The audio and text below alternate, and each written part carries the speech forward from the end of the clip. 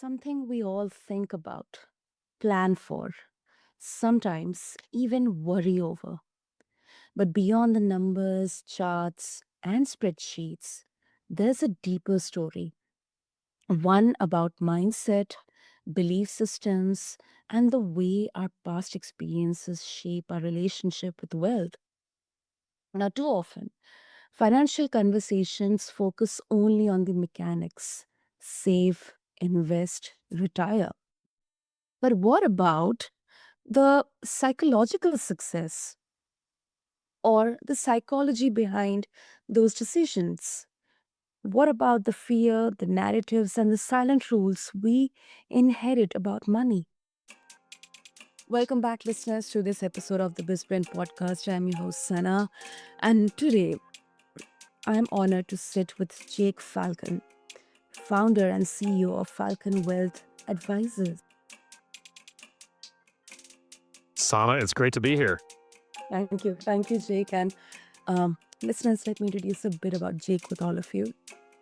With over 2 decades of experience guiding individuals and families through the complexities of financial planning, Jake is not just about numbers. He's about people, purpose, and the mindset shifts that turn financial planning into financial freedom. And this episode isn't about quick wins or overnight wealth. It's about unpacking how money, mindset, and momentum work together to shape the lives we build. So, Jake, once again, welcome to the show. Excited to speak with you today about a powerful subject. Absolutely, Jake. Absolutely. Um, so, Jake, you have said that money is as much emotional as it is practical. So, what are some of the most common psychological roadblocks you see people facing when it comes to building wealth? Yeah, I think that people need to really revisit their conditioned mindset when it comes to money. Many of us have a relationship with money and we don't even think about that or ever spend time visiting that. And most of the time it starts with our parents and the way that they educated us about money. Maybe our parents were frugal, maybe they were in debt, maybe they spent too much money. But that's where we were formed our opinions. And as we age and get older and go through adulthood and prepare for our own financial freedom and retirement, sometimes we have some baggage there, Sana, and we've got to unpack that so that we can make good decisions that are based on our values and our relationship with money. So I think that's the place people go wrong, is that they are conditioned in a way that might not work for them. Hmm. No, I think that's a very healthy approach to look at it because many of our listeners will relate here because no matter how much we know better, um, sometimes these old money stories or this conditioned behavior, especially the reactions that we without even being aware we have to those specific events. I think they're so much influenced by our subconscious experiences, and it's really powerful to hear how reframing them can open new possibilities. Right. Like, let me ask you a question, Sana, since you're used to interviewing guests, but do you remember your first memory of money? Oh my goodness. I remember the time when I got my first salary actually, and what I did with that. Yeah. Yes, that What'd you do was. with it? Oh, so I obviously I bought gifts for my parents. That Oh, was the thing I did. Yeah. And yeah, I did save some of my money in my, piggy bank, because my parents, especially my father, has always been, very particular about teaching me how to save money, and kind of, that though there are so many, different ways, but then subconsciously, I would always trust whatever my father will tell me. This is the safest way because I've seen him saving the money, so it's tested, like done and yeah. dusted. That's what I would do with that.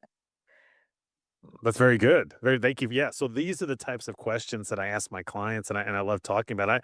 I've got a story to share of myself. So Yeah. Being living in America and growing up in America, 4th of July is typically a very celebrated holiday, especially for children, because you get the firecrackers and the barbecues, and it's Yeah. typically in the summer, so no kids are in school. And I remember at a very young age, my father telling me, "You might as well take a $20 bill and just light it on fire." Because he said, "That's what you're doing when you spend your allowance on fireworks." And, that stuck with me all these years, and, to this day, I still don't spend a lot of money on fireworks because I remember that story. I enjoy a good fireworks display, but I'm not spending hundreds or certainly not thousands of dollars on fireworks because of that early lesson. So at the time, it might have been frustrating as a kid, but interesting enough that, one of those money lessons kinda stuck with me, and it's worked out well for me, but, now would I be rich or poor based on what I spent on fireworks? Probably not, but I think it's interesting to hear these stories because I think we all have money stories in our childhood that stick in our brain, and I think that's where you need to start when you're thinking about the psychology of money and the psychology of success. So that's good. That's why I wanted to bring that up, and thank you for sharing with me. That's really wonderful, Jake. That's really wonderful. I mean, uh, this the story that you shared about, instead of exactly lighting the $20 bill on fire, and that makes a lot of sense now when we grow up and we learn the actual value of money. Um, and at that time we then understand, oh my goodness, that's what my dad meant, or that's what that friend meant, or maybe someone who would give you a good financial advice in your childhood. I mean, that's a really a gift. It should be a gift because Yeah. not many of us get that, I think not many of us get that exposure to um mentorship or lessons about money. And I think that's that is so much important, especially for kids. Yes, yes, agreed. Yep. um Now moving on, Jake, um as you mentioned about all these conditioning, um how do you help clients reframe these beliefs so they don't sabotage their long-term success? Everybody has different way of getting conditioned. They have seen different situations. Somebody would have seen a lot of struggle and then built wealth around it. So sometimes these changes would be like would look like detrimental to them. So how do you reframe, or how do you navigate through such kind of scenarios? Yeah, it's a great question, and thank you for asking. So, Mhm. the first is to bring it up like we kind of did, and then we wanna have a conversation about awareness and about, do we believe that those truths at the time still hold weight? And I'll give you an example. So, Mhm. baby boomers right now, the generation of baby boomers are the ones retiring in waves every year. And the Mhm. reality is, though, if you think about it, baby boomers don't really have any real retirement role models because Mhm. sadly, their parents' generation's life expectancy was shorter. Their parents' generation typically received a pension from their job, which are no longer really as prevalent. And Mhm. so they had a very different relationship with money versus the baby boomers had to save in a 401k plan as a relatively new retirement account. And now they have to manage this nest egg. They can be two, three, five, $10 million, whatever it is, but it's a completely different dynamic than their parents who may have gotten 5,000, $3,000 a month pension and social security and had no 401k. So I like to start so I like to hear about relationship with money, money rules, why money's important to them, but then I talk about like, look, you might be the first person in your family to have to manage money this way. So those rules that applied to you when you were a kid may no longer be relevant because the world and your situation is drastically different than your parents. And so that's kind of but it's all about education and awareness. This is very important. It's very difficult, but that's where we try to start awareness and then education. Yeah, that makes a lot of sense. That makes a lot of sense. Yeah. And as you mentioned about retiring, on this your book, Retiring Right, it highlights the emotional side of retirement. And now there has been a pivotal shift, especially in millennials and even Gen Zs are talking about it, that nobody wants to slog till their 60s or 70s.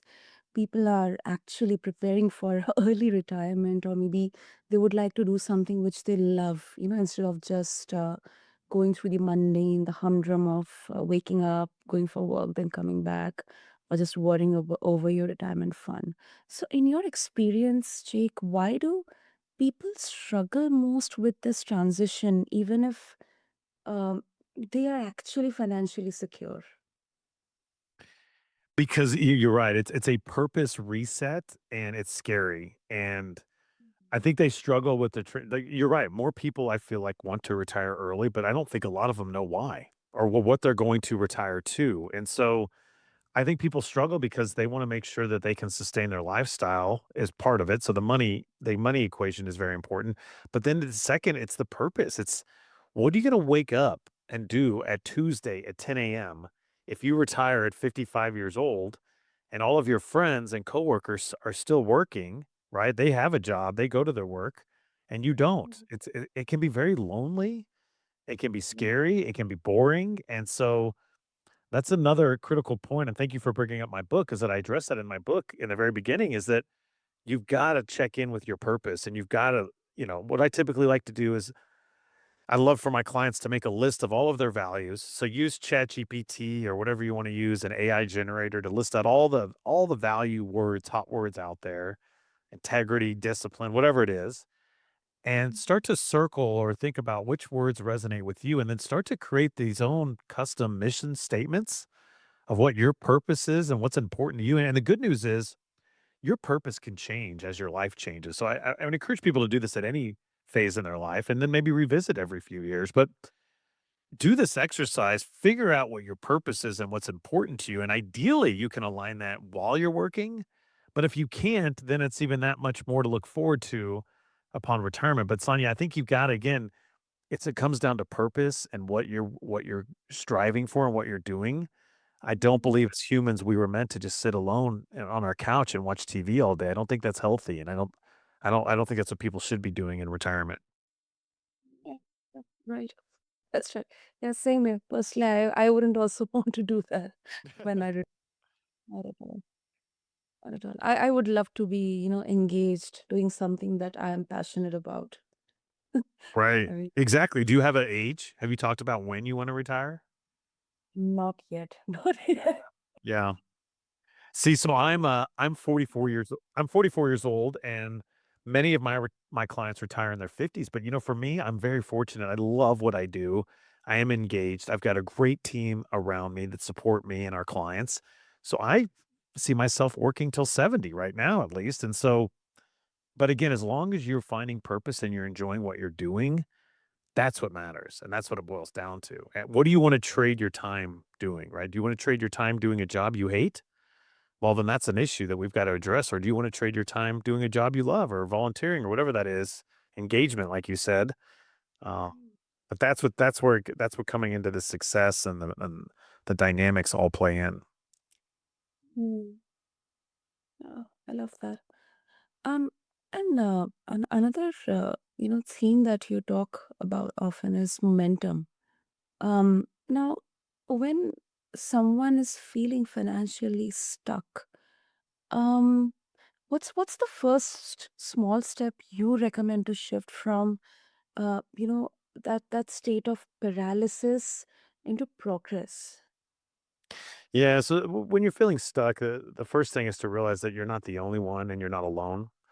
That a lot of people feel that way, and inertia is a big problem with people's financial plans. That then taking no action is a decision.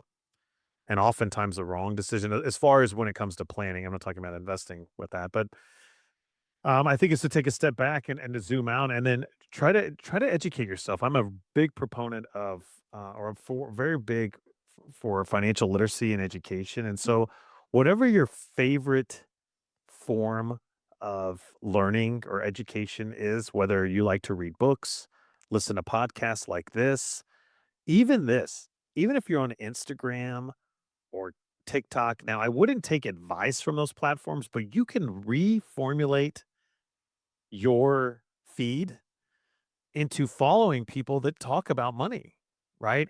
And again, I wouldn't take advice from social media because they don't know your personal situation. But whatever you can do when you're feeling stuck to start developing a habit of putting yourself in front of ways to enhance your literacy, I think is the first step. And then the next step would be not being shy about engaging with a financial advisor and seeking help and having some counsel and having a meeting and discussing these topics with someone who's educated and qualified to guide you along. But I think first step is set up your world around you to start educating yourself. That is so true. That is so true. You never know what, surprising observation or some kind of, other better way to save your money or plan your expenses could, come around from those discussions with mentors or someone who has been there, done that. So yeah, that's so Right. important. Yes. Um, and now specifically, I'm just kind of uh narrowing down the focus here for entrepreneurs and professionals. Now, as entrepreneur, we're always chasing growth, scaling, um, increased profits, increased revenue, cash flow. Now, what's your take on risk taking, Jack? Especially now we are having so much of uncertainty economically, geopolitically. Everything is kind of very uncertain. Do you think is risk something to embrace or avoid or strategically calculate? Right. It's got to be very calculated and you know, my clients who have set themselves up to be successful have not necessarily speculated, right, to do that. You hear about it in the news. It's basically like somebody winning the lottery. It doesn't happen that often. So speculation is speculation because it's rare that you will make money. And so what I like to make sure that we have set up first is that we build a financial plan. We determine what target rate of return your investments need to grow at in order for your financial plan to work. And then we build a portfolio and a saving strategy that's going to work towards that target and that goal. And then, and only then, with excess money, you can explore speculation. But me, even being in the financial services industry, I don't do much speculation because I know that may help my plan and may hurt my plan, but my plan doesn't need it. So I think when someone has a financial plan, and they know what their investment rate of return needs to be, and they can build a portfolio to achieve that investment return, taking the least amount of risk possible. Again, there's no guarantees, but and then speculation. But again, I think once somebody does that work, they actually want to speculate less because they realize that, look, I don't need to, for all of my goals and my dreams and everything I need to come true, I just need to do X, Y, and Z, and it'll happen. Then the speculation becomes less sexy and less desired because they know that it's not necessary to get them what they want. Because I think money is a tool, right? And however you view it, why it's important to you, as long as you're using it in a way that works for you and your family, having more of it doesn't necessarily equate to success or happiness. So it's just another tool, right? And so it's like, let's use this tool to get what we want in our out of our lives and whatever that is, whatever that looks like. But so again, I'm not a big fan of speculation. There's room for it only after your financial plan is solid. Ye- Exactly. You still have some amount of disposable income to kind of, put that into risk. Sure, sure. And again, once you start, I'm telling you, once you start doing it, you'll probably be want to do it less. 'Cause you're like, "Why am I wasting my disposable income on something that may or may not come true when I could just put it towards my plan?" Yeah. That's totally logical. That's totally logical, Jake. Yeah. And with this, I would also like to connect behavioral finance. Now um, expenses or transactions, they're driven by, different intangible factors. Um, I mean, we are seeing that shift, especially with the younger generation. So, do you have any daily money habits that you personally practice that blend psychology with practicality? And you would like to share with our listeners, Jake? Of course, yes, and I think the key here is that you wanna get to a place where you can have what's called guilt-free spending, and I think that's a wonderful place to be, and so, it's actually to get there is a little backwards to what most people think, and so, what I do is I like to make sure that I do all of my savings and my debt obligations first, so, I think a lot of people, they get their paycheck and then they see what their bills are, and then maybe they see what they wanna buy, and then they think about their savings kind of last. I do all of that on the front end instead. So, retirement savings, health savings account, emergency savings, whatever that is, I make sure I've got that allocated for, and I know exactly how much I need to save each and every year according to my financial plan. And then, of course, I gotta cover my mortgage and any other debt obligations and bills, electric bill and water bill, etcetera. And then, though, this is what's exciting.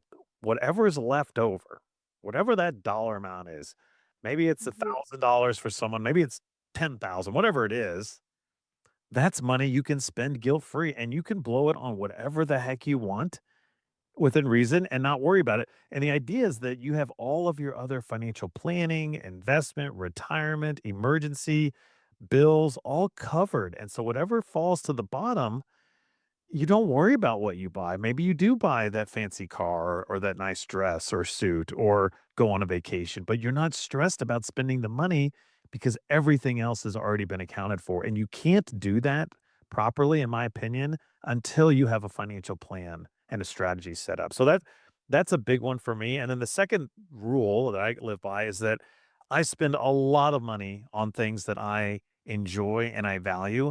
And I'm very, very cheap on things that I don't value, right? So and that's okay, right? And that's completely so, like, I play golf. I spend a lot of money on golf. I really enjoy it, right? But there may be other areas of my life I can't even think of, but there may be other areas, like, I don't buy a lot of, um like, I have 2 or 3 pairs of jeans, right? Maybe that's it. Maybe someone else should say I should have 5 or 6 pair, I don't know, but, like, I don't spend a lot of money on jeans because you know what? I don't wear a lot of jeans because I play golf and I don't golf in jeans. And so that's just something to think about is, get very clear about your cash flow and where the money's going so that you can spend guilt free and then enjoy with that money, enjoy and spend money on things that you like and be really cheap on things that aren't that important to you. Those would be my 2 takeaways on on my rules. Yeah, that's so mindful. I think it's kind of the, reverse psychology that you're Yeah. applying. Yeah. And then I really love that, because it's like you are prepared, and then, kind of after that preparation, you are being reckless, but Yeah. being intentionally reckless. Yes. Which is such a fun way to live, isn't it? I mean, you hear about these financial gurus who are telling you, don't ever drink, don't ever pay for a cup of coffee or pay off your mortgage as fast as you can.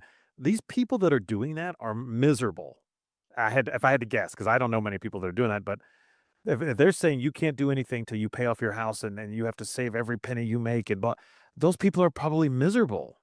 And so my point is, you don't have to go through life that way as long as you've got a solid financial plan, you review it regularly.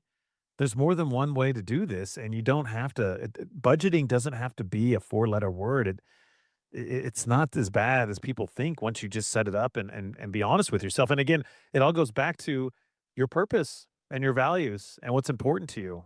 Maybe you have a deep faith and giving to your church is very important. Then you should build that into the cash flow.